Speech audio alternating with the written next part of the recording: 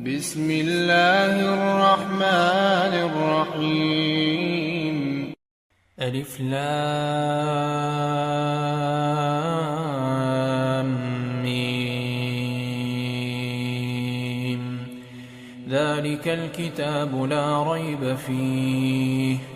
هدى للمتقين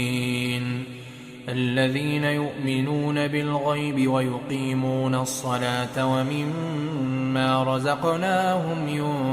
ينفقون والذين يؤمنون بما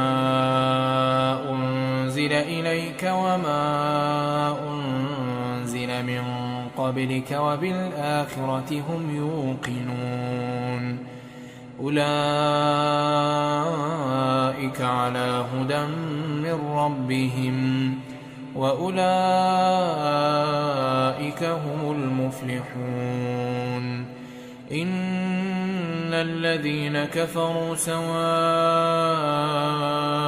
عليهم أأنذرتهم أم لم تنذرهم لا يؤمنون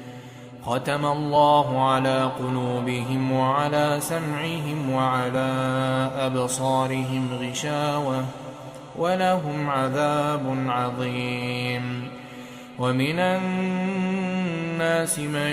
يقول آمنا بالله وباليوم الآخر وما هم بمؤمنين يخادعون الله والذين آمنوا وما يخدعون إلا أنفسهم وما يشعرون في قلوبهم مرض فزادهم الله مرضا ولهم عذاب أليم بما كانوا يكذبون وإذا قيل لهم لا تفسدوا في الأرض قالوا إنما نحن مصلحون ألا إنهم هم المفسدون ولكن لا يشعرون وإذا قيل لهم آمنوا كما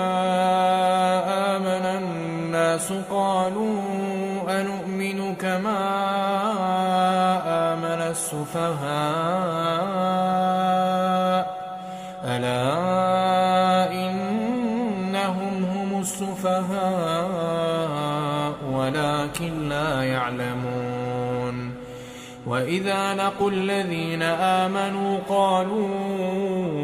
آمنا وإذا خلوا إلى شياطينهم قالوا